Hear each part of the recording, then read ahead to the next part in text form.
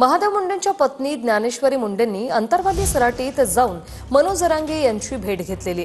2 वर्ष झाले आरोपीला पकडला नाही असं जरांगे यांनी म्हटलंय.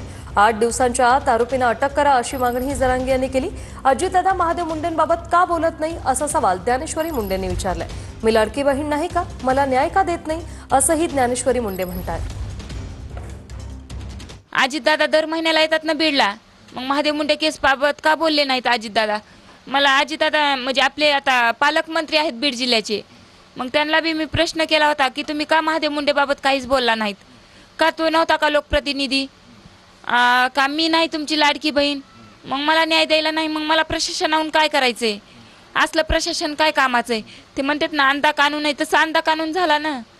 मग आता प्रशासनाला त्या पट्टी काढण्याची गरज आहे, न्याय देण्याची भूमिका बजावली पाहिजे.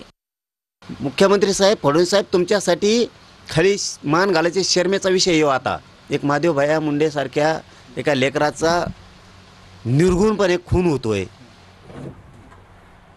आणि त्याचे आरोपी 2 वर्ष झालं तुम्ही पकडत नाहीत. तुमच्यासाठी ही शर्मेची बाजू आहे. मागणंच काय त्यांचं यासाठी आणि CID नियुक्त करा. तुमच्याकडे अधिकारी नाही आहेत का? या राज्यात प्रशासनात एक बी मर्द अधिकारी नाही का? सगळे भेणारेच आहेत का?